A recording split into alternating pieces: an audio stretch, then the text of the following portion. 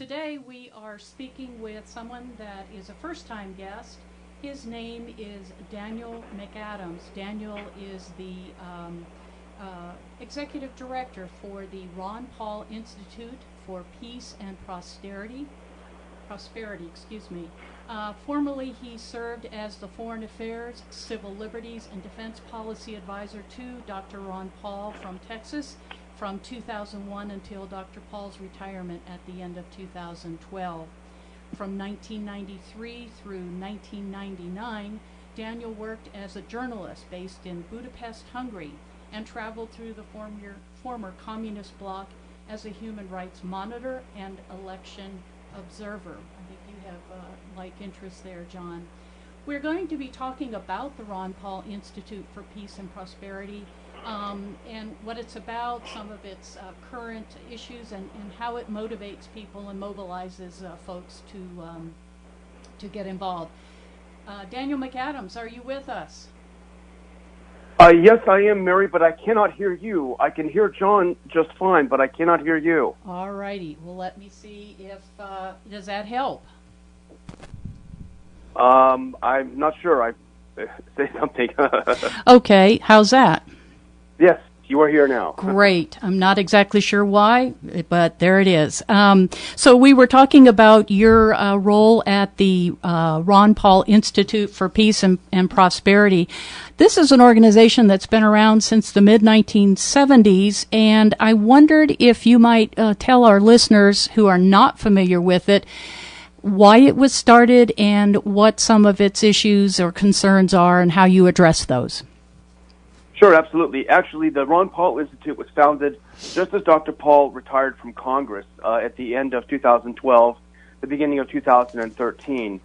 We are, however, a project of Dr. Paul's Free Foundation, which he founded in the 70s. So it's essentially it's a 501c3 issue. We're a project of them, but we have a whole new focus, a similar focus, but a new focus post-Congress and post-presidential campaign for Dr. Paul. Mm-hmm. Okay. And the areas that you concern yourself with fundamentally are foreign and domestic policy. Is that correct? Yeah, essentially what the Institute does is it continues Dr. Paul's work promoting the idea of non-interventionism, both overseas and at home. Our foreign policy that intervenes in the sovereignty and the affairs of foreign countries often produces blowback, backlash, results that are actually worse than the status quo ante. And then at the same time, war overseas brings war at home, and you see the federal government encroaching on our civil liberties at an increasing pace. And so those are our two main focuses. Okay. I'd like to ask a question. This is John, Mr. McAdams.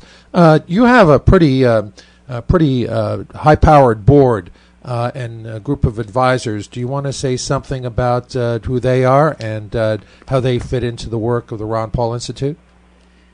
Well, we're very fortunate to have a fantastic board of advisors, an academic board that have agreed to come on board with us at the Institute. And really, the core of our board of advisors, and this is not true for everyone there, but really it's the group of individuals who we would have come to Dr. Paul's office for his Thursday lunches on Capitol Hill. And the origin of this is that Dr. Paul got frustrated going to the Texas State delegation lunches, where you'd always hear the same neocon foreign policy. And so he says, doggone it, I'm going to have my own lunches from now on. And so essentially what we wanted to do is to find people that Republicans on the Hill would be comfortable with hearing from, and have them come and provide some alternatives. At the time, the Iraq War was starting, and then it was ramping up, then going on. Essentially, it was non-left-wing voices that would come and raise some questions about the wisdom of starting a war in Iraq. So that's the core of it. But we do have other individuals. We have Dennis Kucinich, for example, the former representative from Ohio. Correct. A man on the progressive side, but with whom Dr. Paul has worked very closely on matters of foreign policy and civil liberties over the years. Of course, Judge Andrew Napolitano is a great champion of individual liberty and freedom, and we're happy to have him. God, I love him. There are many others I could talk about, but the board is really very important to what we do. Do you want to say anything about Colonel Lawrence Wilkerson or Professor Butler Schaefer or some of the others? Sure, absolutely. Colonel Wilkerson was one of the most important speakers we had come to Capitol Hill. And I'll tell you, it was a really memorable moment. It was, I would guess, 2007-ish, sometime in that era. And it was really Colonel Wilkerson coming and telling us what really happened when Colin Powell was forced, in many ways, to go to the UN to make the case on the Iraq War, a case that he knew essentially that was incorrect. And really the burden that Colonel Wilkerson continues to feel, the pain that he continues to have for his role in the issue. And Colonel Wilkerson is very important because he's someone who's been there, the chief of staff of Colin Powell, right. A military man who's seen war, who nevertheless turns against interventionist foreign policy that really doesn't have our best interests at heart. We also have people like Eric Margulies, who's a fantastic foreign correspondent of many, many decades, who's traveled the world looking at the other side of different international issues, different than how they're reported in the mainstream media, although he himself is widely published in the mainstream media. So we're very fortunate to have someone like him. Dr. Lewis Fisher spent an entire career at the Congressional Research Service researching the separation of powers as envisioned by our founding fathers. And that's so important when you look about the encroachment of the executive branch into traditional areas that the legislative branch should be operating in, for example, questions of war and peace. So I think it's a pretty well-balanced board in terms of people's backgrounds and experience and perspectives. How about Congressman John Duncan Jr. and Walter Jones Jr.? Two great heroes of ours. Congressman Duncan, to begin with, is really one of the last bastions of the old right, the anti-war conservatives who understand that spending $1 trillion to remake a foreign country and having it fail is not a conservative position. It's not a conservative position to go overseas and tell people how to live, to embark upon wars that are not in the American national interest. So he's a wonderful throwback, and sadly enough, he's retiring from Congress after this term. But he's a great intellectual force for conservative anti-war sentiment, which is so important. You've got to have both sides, the progressives and the conservatives. Walter Jones is a special case because, as many of your listeners will know, he was initially in favor of the Iraq War. Right. He voted for the Iraq War because then Bush administration officials held many briefings. They came and they brought the dog and pony show, and they lied to him, which he found out later, about the threat that Iraq posed to the United States. Right. Once he realized he had been lied to and tricked into voting for the war, his conscience got the better of him, and he's written well over 10,000 letters to American soldiers who have been wounded or killed in this war that he feels so guilty for being involved in. So he is another conservative member of Congress who has seen the light and is opposing the regime change, the wars, the endless wars overseas. Yeah, I'm very well aware of those 10,000 letters to our Marines and GIs in that part of the world. I have another question. Is there any linkage between Ron Paul's institute and U.S. Senator Rand Paul?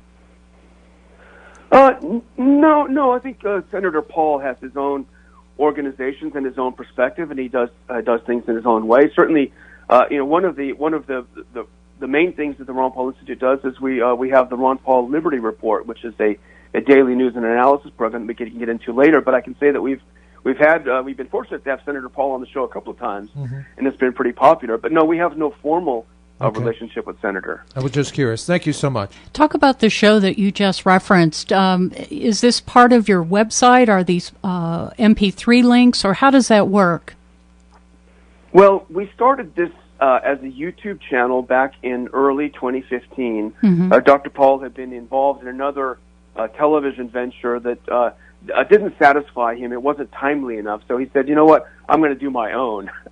So he started his YouTube channel, the Ron Paul Liberty Report, where we discuss daily, really, the breaking news of the day. And we also have some pretty hard-hitting and high-profile interviews that we've been able to have. And it's at youtube.com/Ron Paul Liberty Report. It's where the daily shows are up. And for example, we've had Julian Assange on the show. We've had Edward Snowden on the show. We've had Nigel Farage of the UK Independent Party, formerly of the UK Independent Party. We've had people like Nassim Nicholas Taleb, who's a great intellectual in the U.S. And so we've had quite a bit of a very interesting and important guests, and we really try to give the Ron Paul, the peace and prosperity perspective on the real big events of the day. What about domestically? What are the real big events of the day? I know that the Affordable Care Act, Trump, just in his cabinet meeting this morning, has announced that subsidies are gone and so forth. Do you involve yourself in any way domestically in issues like that?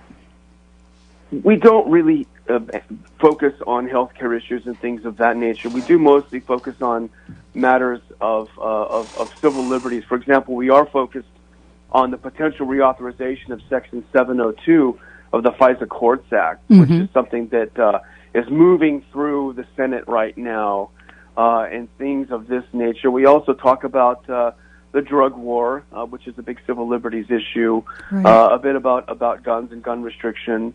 But mostly about our ability domestically to be free of an intrusive government that just seems to want to punish us rather than the terrorists. Right. Moving to other timely things, there is obviously the decertification of the nuclear Iran deal. Could you speak to that and how you might be gathering some of your board members and others to address this? Yeah, this is a very strange thing, and we did actually talk about it in today's Liberty Report. Because on one hand, it's you can in shorthand you can say decertification. It's not really a decertification, but it's not a certification. He almost punted because the way the Senate crafted the original legislation that allowed the U.S. to be a party of the P5+1 talks, which led to the nuclear agreement, is that there were two sort of two track components. One was whether or not the president would certify that Iran was in compliance with the specific requirements that it had according to the agreement. And the other was slightly more vague, and it had to do whether the U.S. Sanctions relief toward Iran was proportional and appropriate to U.S. national interests. The president could not say that Iran is not in compliance because Iran is in technical compliance. Right. It's not a squishy issue. It's an actual issue. The IAEA has determined that it's been in compliance. All of the U.S. allies have determined that it's been in compliance. So what he's done is kind of punted in a way and said, well, yeah, but it's not in the national interest, and then tried to kick it to Congress. So it's a very interesting move. Where it will end, I honestly don't know. What do you make of Saudi Arabia and Israel's supporting Trump's position? Well, they're about the only two countries that have supported it, I have to say. And why do you think that is? Well, I think they have their own geopolitical interests. Both the Saudis and Israelis, and essentially they are allied when it comes to regional policy, at least. They're concerned about a strong Iran. They're concerned about Iran's objectively growing influence in the region, and they would like to see the Iranian government overthrown. Saudi Arabia is fighting what it believes to be a proxy war against Iran in Yemen, and Israel has long been a foe of Iran. So, but this goes back to the issue of interventionism. Ironically, the neocons who profess to be very pro-Israel, the positions that they have espoused for the last 17 years, the result of these, for example, the attack on Iraq, et cetera, Syria, these things have actually emboldened Iran and made Iran more successful in the region. So either the neocons are crypto anti-Israel and Saudi Arabia, or the other answer, which I think is the right answer, which is intervention produces unintended consequences. Right. Daniel, this might be a good time to ask you about your institute's Neocon Watch. Do you want to say something about that? That's a funny little thing. I don't know if I'm sure your listeners, some of them are familiar, many of them are familiar with Lou Rockwell of the Mises Institute. Well, when we were planning the institute, I was sitting down with Dr. Paul and Lou Rockwell, and I said, I want to have a feature where we look at interventions and call it Intervention Watch and look at all the things the neocons are up to. And Lou said, why don't you call it Neocon Watch instead?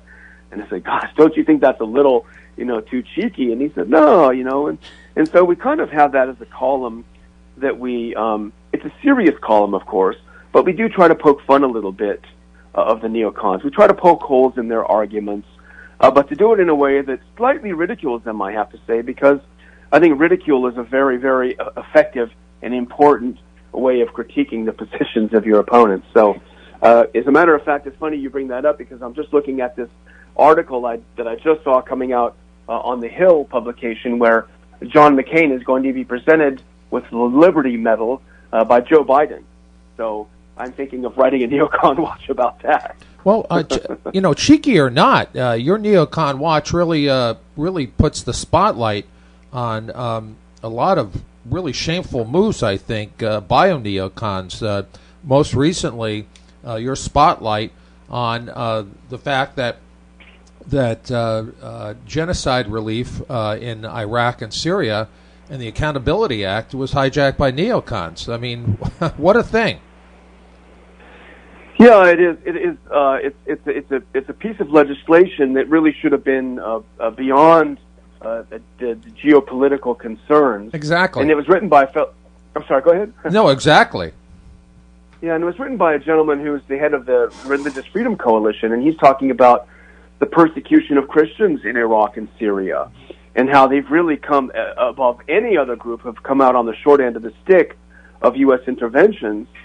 Yet the U.S., this legislation just bends over backwards blaming Assad for the situation in Syria. And that doesn't mean we take a pro-Assad position, or that the article takes a pro-Assad position, but it does recognize objectively that the Christian communities in places like Syria have spoken out, and they've spoken unanimously, that under Assad we have been protected from radical Islam, and under the so-called moderate rebels and the other rebels, they have been persecuted severely, forced to recant their religious faith and other things. So it's it really is, the neocons say that they claim that they're fighting for our values, but really when it comes overseas, the opposite is often the case. Yeah, I've been a member of UN peacekeeping forces in Syria since 2002. The United Nations has been in there, and I can tell you that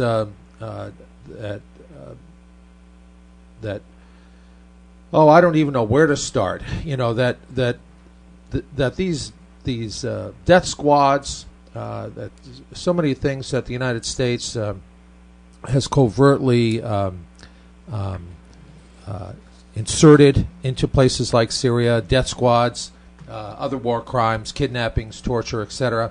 Just as the CIA has become paramilitarized, has really created the equivalent of another Holocaust. And all of this could have been avoided with Ron Paul's H.R. 1146, which should have passed 30 years ago, but didn't. Yes. And here we are. We've recreated the Holocaust. We've set the table for war crimes, and to think that that neocons want to hijack and take credit for humanitarian aid really just burns me up. It does, and it's really funny because when I first went to work for Dr. Paul, there was Democrat control of the House, and the 1146 was very popular among Republicans. And we thought, and I thought, naive as I was, because it was an issue that I handled, I thought, gosh, if we take back the House, this is going to be a piece of cake. This is going to be a blast. We'll get this passed. Mm-hmm. And so here comes the Republicans into office, and we start walking the bill around, and a lot of Republican members saying, hold on a minute, no. Now that we're in charge, we like the UN, but we just want to be in control. So, the U.S. the interventionists use the UN as a fig leaf. Correct. For what they want to do, and it enables them to hide behind this kind of humanitarian mask, and it's very unseemly. Just focusing on this humanitarian relief for genocide in Iraq and Syria, do you want to say, and our listeners should know that this is all contained in H.R., was it 390? Is that the bill? Yes, H.R. 390. Right, which was authored by Congressman Chris Smith. Do you want to talk about the completely worthless Syria study group? Do you want to talk about how Clarker has jumped into the mix as well with substitute language, and just kind of give our listeners a little bit bigger picture of how neocons really work? Yeah, it's neocons and it's also Congress, because this is a classic move by Senator Corker, who's an extremely powerful member of the Senate. But what he did essentially is he hollowed out Chris Smith's bill completely, and he put in an amendment in the nature of a substituting his own language, gutting out the language that Chris Smith had in it that talked about the plight of Christians in other things in the region, and just turned it into another screed against our enemies in the region, our official enemies in the region. And it really is a very underhanded way that they do this, and oftentimes members don't even realize what the amendment in the nature of a substitute is. They just were told, hey, this is a bill to help the victims in Syria. Okay, that's great, I'll go for it. You know, they don't read the bill. So it really, unfortunately, is a ploy that they often use. Good. I'm glad I'm so glad that your institute is up and running, because I don't know where else to turn to really to look at the inner workings of how Congress really works. I'm so grateful for the work that the Ron Paul Institute for Peace and Prosperity does, and I want to thank you very much, Mr. McAdams. So if you've just joined us, it's 25 minutes past the hour, and we are speaking with Executive Director Daniel McAdams. He is the Executive Director of the Ron Paul Institute for Peace and Prosperity. He served as the Foreign Affairs, Civil Liberties, and Defense Policy Advisor to Dr. Ron Paul from 2001 until 2012, when Dr. Paul retired. From 1993 and 1999, he was a journalist based in Budapest, Hungary, and traveled through the former communist bloc as a human rights monitor and election observer. I'd like to ask a question. So we have something in common, Mr. McAdams. Indeed, we've seen the ugly underbelly. Exactly. You have written an article, not exactly sure, I think it was within the last couple months, on CIA torture, and there's new information about that. Could you speak to us about that article and what you've learned? Yeah, it was also a program that we did on the Ron Paul Liberty Report, and that was back on October the 10th, I believe. Mm-hmm. And it's a very interesting issue, because it was the CIA was forced to declassify about 270 memos from a secret black site that they were operating in Afghanistan, and the reason was because two of the survivors had sued the CIA for the treatment that they had. And what was really remarkable and horrific about this black site is that there were two psychologists, I believe, or psychologists, who were contracted by the CIA to develop torture techniques, unique torture techniques against the people who were held there. Right. Several of which, I believe, died. At least one for certain died. He died naked, chained to a concrete floor, with nothing but a diaper on and his socks on, and he froze to death. And this is a guy who had been tortured for months, and really disgustingly, and any American taxpayer, regardless of your political perspective, should be repulsed by the fact that these guys were paid $81 million to devise these demonic, you could say it harkens back to the Nazi era, where doctors were forced to go against their Hippocratic oath, maybe some willingly did so, to actually hurt people rather than help people. It's one of the darkest chapters. Right. I wanted to jump in and ask a question about that. So here you have psychologists, private sector psychologists, being hired as consultants to advise the CIA on torture techniques. Doesn't that lead to you getting, sanctioned by your professional society? Don't you lose your license to practice by developing torture strategies? As if you're a psychologist? You would think so, and to be honest, I'm not sure if it's the case. When we were preparing for the show, that's one of the things I wanted to hone in on. And I looked around, I dug around, and I dug for some evidence that maybe the American Psychological Association, one of these trade organizations, would have condemned or the equivalent of disbarring these health professionals. But I did not see any evidence. It may be out there, but I could not uncover it. Or perhaps it was because it's the CIA, it was kept under wraps, and the professional trade associations were not aware of what was going on. That could be the case. Mr. McAdams, it's the equivalent of hiring, say, a surgeon to, help you develop torture techniques that would maximize pain. And here you have psychiatrists and psychologists being hired by the CIA to maximize, other torture techniques and yet their professional organizations don't enforce their own professional code of ethics. It's scandalous at that level, not just the individual level of the individual practitioners who are hired as consultants, but as a group. It's shocking and scandalous that the professional organizations would condone this and not enforce their own code of ethics. I think it speaks quite a bit about how we've gone off the rails since 9/11, since the U.S. response to 9/11 was to launch a war on terror. And I think the American public has been propagandized and weaponized to a degree, to such an extent, that we stopped believing that something like this is wrong. And one of the things we focused on the episode that we discussed this was the fact that President Trump has said, I believe torture works. And he even said some foul language that, heck yeah, I'd do it again. I think waterboarding is great. Right. And regardless of what one thinks about Trump, in this particular instance, it's proven objectively that torture does not work. It forces people to say anything they think the torturer wants to hear in order to lessen the pain. That doesn't mean you'll get actionable intelligence that you can use. Yeah. Even if it did produce that, of course, it would be morally wrong. Yeah. But it doesn't even do that.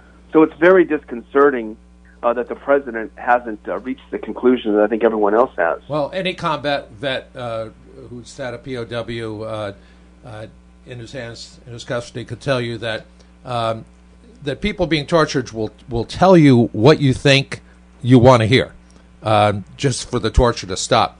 So coercion and torture and sleep deprivation and all our other techniques, isolation, just don't work. I wanted to ask you another question.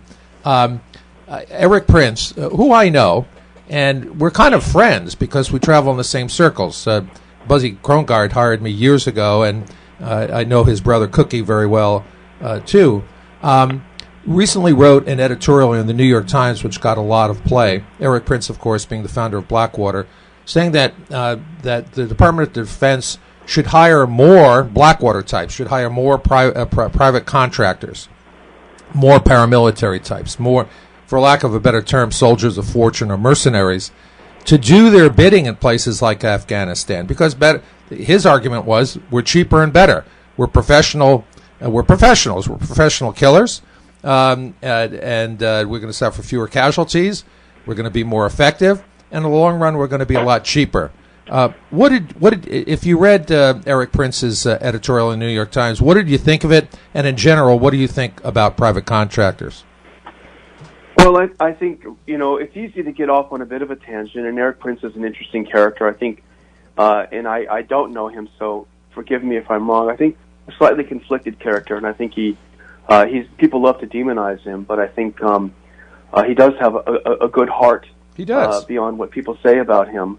It's an unfortunate business. It's not a tasteful business in my view. But I think the issue is not Eric Prince and people like him. I think the real issue is U.S. foreign policy. If we didn't want to dominate the rest of the world, if the Wolfowitz plan was not still in effect after it's been proven to be such a disaster, i.e. that the U.S. must do anything and everything to avoid any potential rival to come anytime in the future, if that were not on the table, if that were not the defining element of our foreign policy, then the discussion of whether we need to hire more mercenaries, more soldiers for hire, really would be a moot question. So I would really prefer to focus on the policy, on our failed foreign policy, and how counterproductive it is on any way you measure it. So how do you do that? How do you you just said the U.S. needs to dominate in foreign policy. What might we do, or how is your organization responding to this? Well, it's challenging the idea, for example, of things like the Wolfowitz Doctrine, which says we cannot dare let anyone rise up to challenge us, because I think it's founded on false precepts, which is the idea that given the chance, any country would want to invade and occupy the United States. Mm-hmm. And I just don't think that's the case. I don't think history, even recent history, suggests that's the case. Right. And I think there are some very well-paid people, however, inside the Washington Beltway that are building very large mansions based on that false notion that as soon as we slip up, as soon as we stop a $700 billion of military, not defense, but military spending, and indeed actually over $1 trillion when you add everything up. As soon as we stop spending this money, we'll immediately be forced to speak Chinese. I think it's laughable, and history doesn't back it up. I want to circle back to something that you said earlier about the United States response to 9/11. You wrote an article on the USA Liberty Act, which is making spying on you permanent. Could you speak about the history of spying on Americans and where things are now? And again, how do you raise this issue to the public? How do your colleagues do this? Well, it is an issue that was thankfully very much in the limelight in 2013, thanks to Edward Snowden, who was a very courageous individual who showed us that our government was viewing us as the enemy, was spending its time intercepting our communications rather than looking for the real enemies overseas. And that really brought it into the forefront, and people started thinking that, hey, maybe the Patriot Act is not such a great idea after all. Maybe this mass vacuuming up of our communications is not such a great idea. And so, of course, what does Washington do when faced with a groundswell of opposition? It decides to have some reform. So the same individual, Representative Sensenbrenner, who wrote the Patriot Act, said, oh, I got a good idea.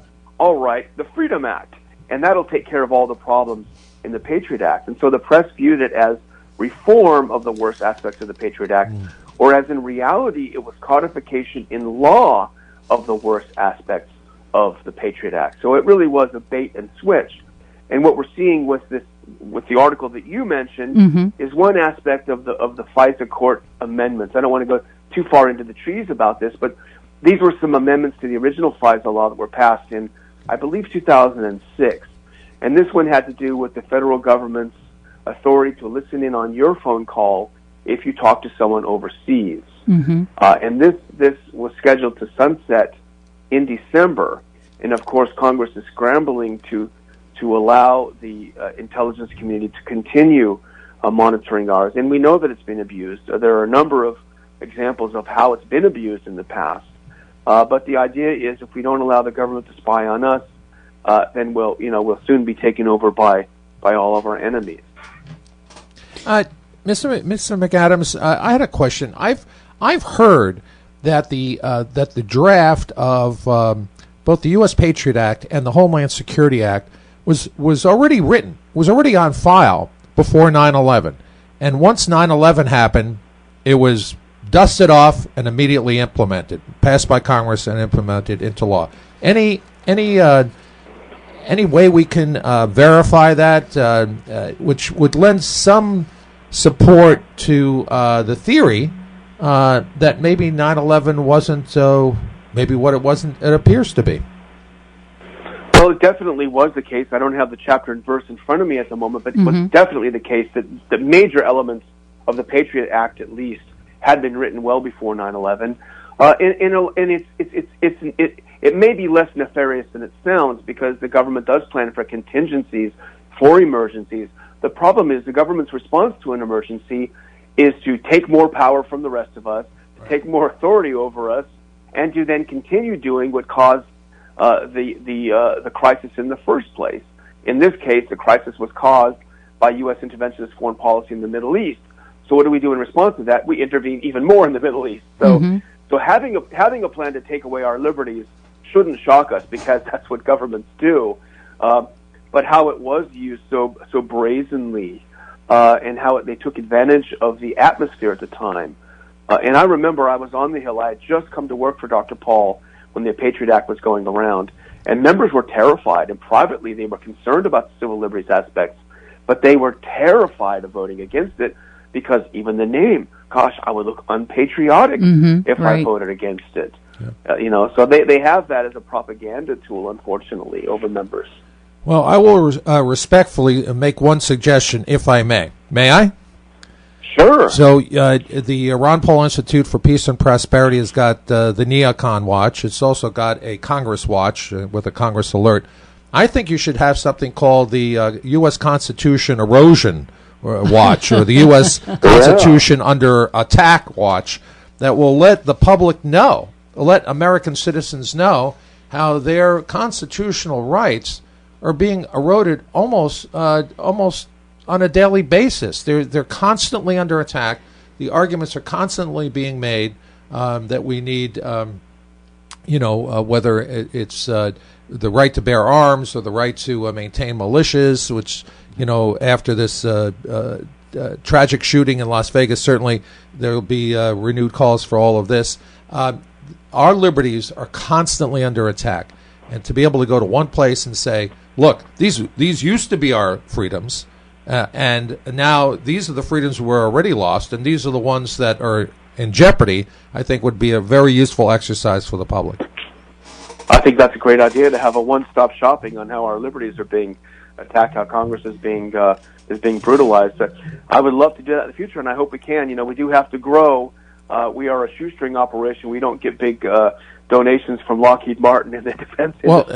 I want to speak to that as well. I want to tell our listeners how they can support you. So the Ron Paul Institute for Peace and Prosperity is supported by donations. It's a 501c3 not-for-profit. Their tax ID number is 74-206-6841, I think. I did a little bit of research. They're supported by memberships. Basic membership is $50. Sustaining membership is $150 to $500. Benefactor $500 to $1,000, I think, and then you have the larger gifts. Right here and now, if our listeners support the Ron Paul Institute, I will up for any of the basic memberships. I will match that amount out of my own pocket. So just put on the bottom of the check, KMEC Radio, or the Mendocino Environmental Center, and Daniel Mcadams will get back to me. I will match what you contribute to the Ron Paul Institute. I believe in their work that much. Thank you very much. That's a very wonderful gesture on your part. Thank you. I'd like to reintroduce our guests. It's 41 minutes past the hour, and you're listening to Heroes and Patriots with John Goodiron and Mary Massey. Our guest today is Daniel Mcadams, and he is the Executive Director of the Ron Paul Institute for Peace and Prosperity. Daniel served as the Foreign Affairs, Civil Liberties, and Defense Policy Advisor to U.S. Congressman Dr. Ron Paul from 2001 until his retirement in 2012, from 1993 to 1999. Daniel worked as a journalist based in Budapest, Hungary, and traveled through the former communist bloc as a human rights monitor and election observer. While you guys were talking about money, I was thinking about all the money that's spent on surveilling us and keeping the Chinese and all the countries that are evading us away. It's got to be astronomical what is spent on those two things alone. I wanted to ask Mr. McAdams what his take is on the Trump's and Tillerson's, Secretary of State Tillerson's efforts to contain North Korea. Any thinking about that? Well, I think he certainly has been. Are you still there? We are. We are. Oh, okay. There was a funny sound. I think he's unfortunately been undermined by his president, by his boss. And gosh, I would hate to be him, because I don't know. I certainly it wasn't. That's the quote of the day. It wasn't the case with Dr. Paul, but with other bosses, I'm sure I've had and others have had a boss that is like that, that undermines and undercuts you.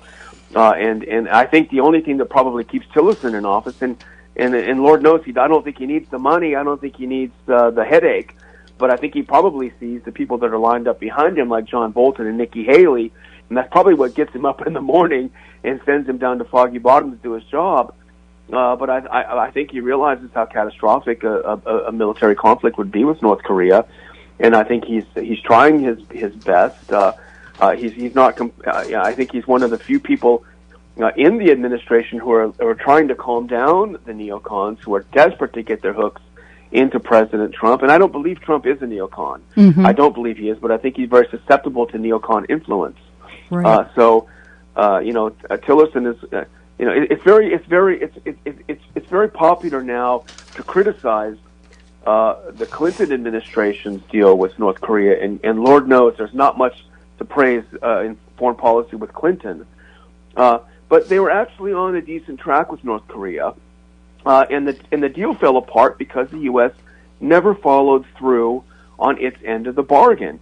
And that, by saying that, does not mean that one identifies or sympathizes with North Korea, because as someone who's against government, I certainly don't. But it's objectively true that all of the promises made to North Korea were not fulfilled.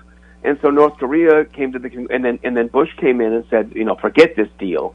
The North Koreans are being bad. You sound a little like him there. Yeah, I guess I do.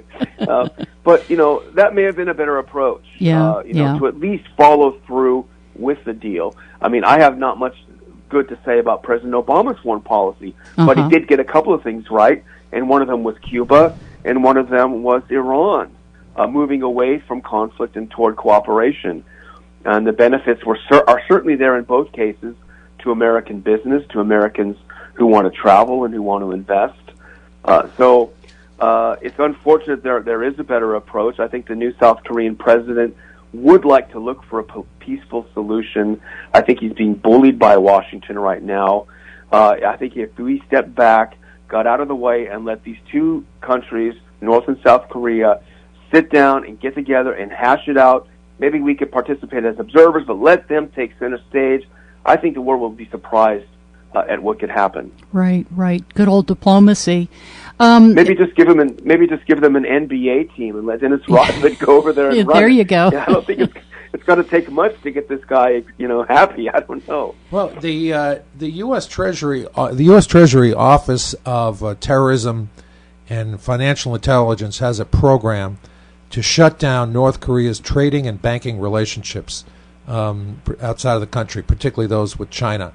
Are you familiar with that program, and how would you predict its chances for success? I'm familiar with what they're doing to North Korea. I'm familiar with the entire sanctions regime, and the problem with sanctions is philosophical. They don't punish the leadership of a country. The philosophy of sanctions is we want to make life as miserable as possible for the average population, in hopes that they will rise up and overthrow their leaders. And I think that is a deeply immoral position to take with regard to non-combatants. If North Korea is as bad as everyone says it is, then these people are the victims. Why would Washington want to victimize them even further? Right. Good for you. Right. I had recently heard an article that the Kim Jong-un is building a kind of like a Mar-a-Lago like Trump, and his people are starving around him. It's just amazing. We have about 15 minutes left, Daniel, and I wanted to just touch upon some of the, I would call these call to action programs, or how people might interface indirectly or directly with you and in their communities. Could you just briefly touch upon some of the variety of programs that fulfill your educational mission, what those are, and how people could get involved in the few minutes we have left? Sure. Well, one of the most exciting things I think we've done this year is that we've held two major conferences, one in collaboration with the Mises Institute, but two major conferences. Both of them were completely sold out. One of them was down here in Texas, and that was Foreign Policy in the Age of Trump. And ironically, the conference opened the day after President Trump launched the missiles into Syria. So we had a lot to talk about. Yeah. And actually, every speaker, I think, tore up his speech and had to start afresh. But then we also just finished one in September in Washington, D.C., The Belly of the Beast, The Heart of Darkness. And it was also completely sold out. In fact, it was oversold, and I felt bad about that, but I couldn't turn people away. Mm-hmm. But that was an amazing international conference. We had a live video feed from Julian Assange, who addressed the CIA and its programs overseas that go counter to American interests. We had terrific people like Scott Ritter. If you remember, Scott Ritter was the UN weapons inspector for Iraq, Mm-hmm. who's the one person who got it right. Yep.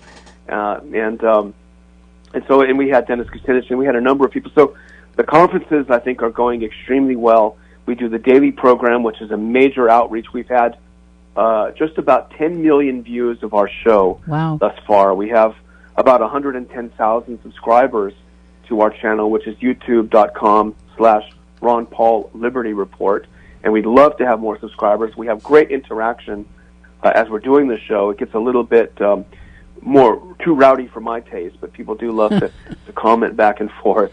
And we have a website that really essentially is a magazine.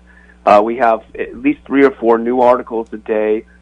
Many of them are in-house, and some of them are very carefully curated by people we know very well and trust and know share our views. So in an era where fake news is taking over, we're trying to provide a responsible alternative to the narrative that's being promoted by the mainstream media, by Washington, by the interventionists. Right. And it's a very difficult thing to do, because you don't want to go off the rails either way. You have to be very, very careful in what you put up and what you discuss and what you have out there.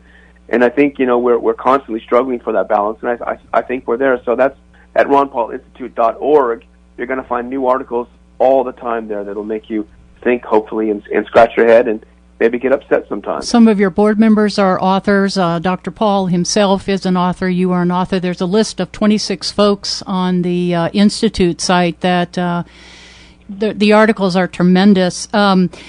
Just looking ahead a little bit in 2018, what kinds of things are there other conferences that you're working on now that you might tell our listeners, and who would be the best participant in these kinds of workshops or conferences? One of our main focuses is to go beyond the traditional notions of left and right. Okay. There are things that the right will disagree with progressives and vice versa. But the thing is, we have to throw these points aside. We have to throw aside party affiliations, because they are really just blinders. They keep us from thinking rationally and objectively. And we have to look at what kind of America do we want in the future. One where our children and grandchildren can survive economically. We cannot continue to spend $1 trillion overseas on military. Not defense spending, but military spending.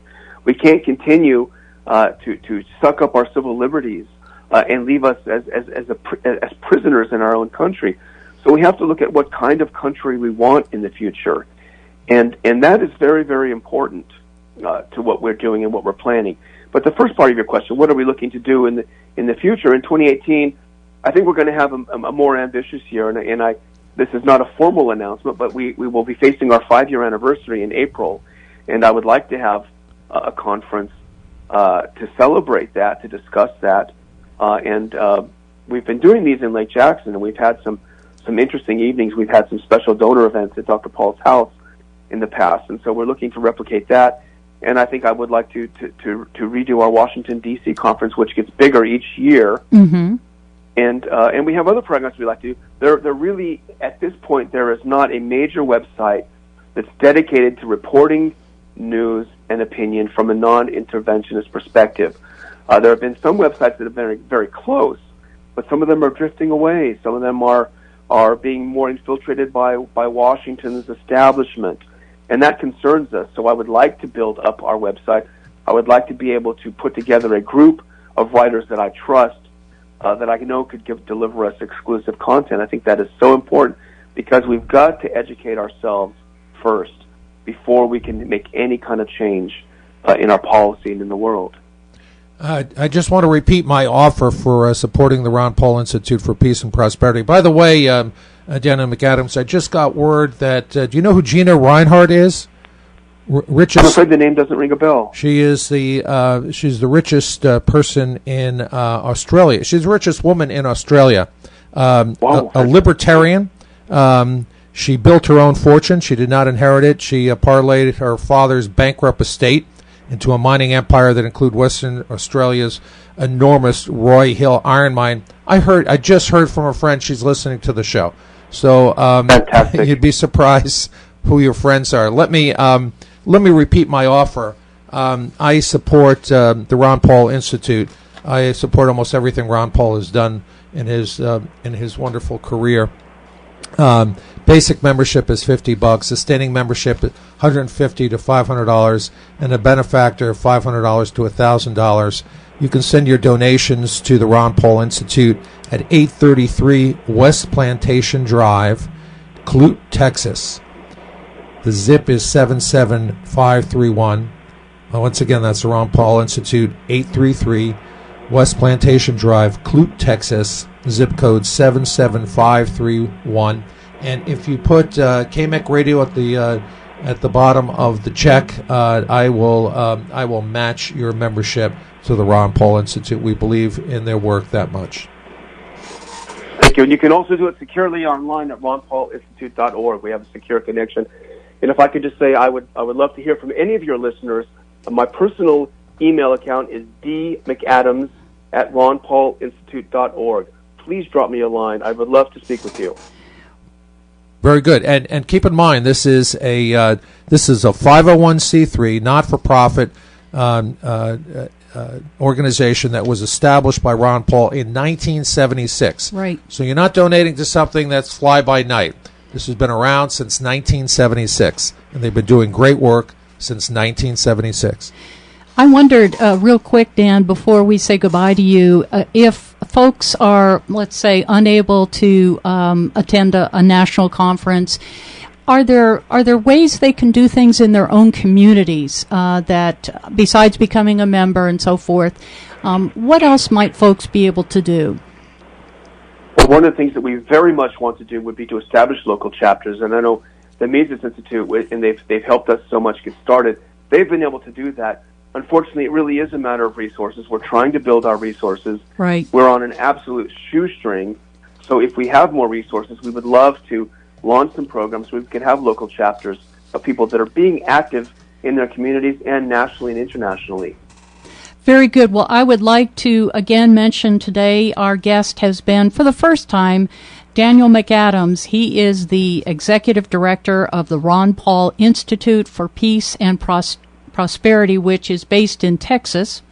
He has served as the Foreign Affairs, Civil Liberties, and Defense Policy Advisor to Dr. Ron Paul from 2001 until Dr. Paul's retirement through the end of 2012. And from 1993 and 1999, Daniel worked as a journalist based in Budapest, Hungary, and traveled through the former communist bloc as a human rights monitor and election observer. Dan, if I could ask you one more time to give an address for folks to contact you, I would hope that you might do that right now.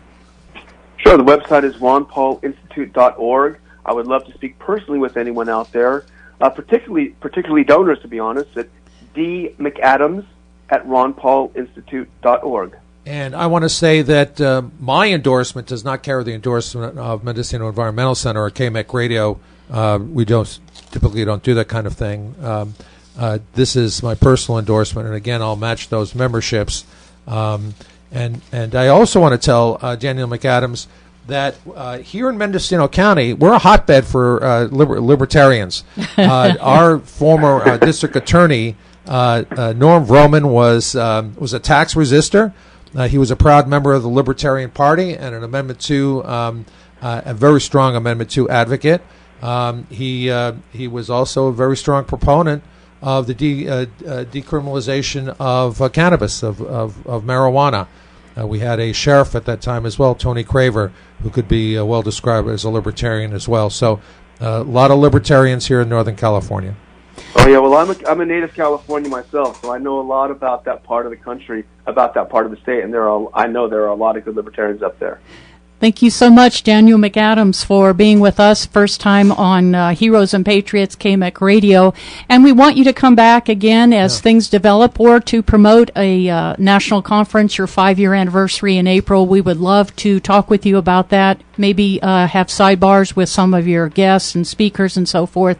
So do keep us in mind as you go into 2018. And yes. Thank you so much for the opportunity. And we'd love to have you back. God bless you and the fine work the Institute is doing. God bless America. Thank you so much for having me on. Thank you, Dan. Bye-bye. Thanks. Bye-bye. So that was our show today. Daniel Mcadams, a terrific peace activist, in my opinion. Fabulous guest. And, he gets guys like Julian Assange on his show. Edward Snowden. So I think we're going to be able to patch into some of those people through this institute as well. I would love to speak with Ron Paul, Congressman Paul. Correct. I'd love to speak with his son, Rand Paul. This institute has got just a fabulous all-star team of board members and advisors, and again, having guests those people as guests on the show would just be a fabulous, fabulous thing. I would like to thank our underwriters again before we say goodbye. Dr. Richard Phillips at the Ukiah Valley Dental Center, his website, ukiahdental.com. Dunlap Roofing with offices in Willits, Ukiah, Fort Bragg, dunlaproofing.com. Fry Vineyards and Winery, one of the unfortunate businesses in our community that lost its winery and main family home. They are underwriters for our program. They are America's first organic winery. Visit their website at frywine.com. Underwriting is also provided by Ore Hot Springs, a retreat and spa located between Ukiah and Mendocino. You must make a reservation by calling 702-462-6277 or by making a reservation online at orehotsprings.org. Heroes and Patriots is a program about national security, intelligence, and foreign policy. This is Mary Massey along with John Goodiron. We thank you for tuning in today, and we look forward to having you as our guests or as our listeners, audience, next Monday.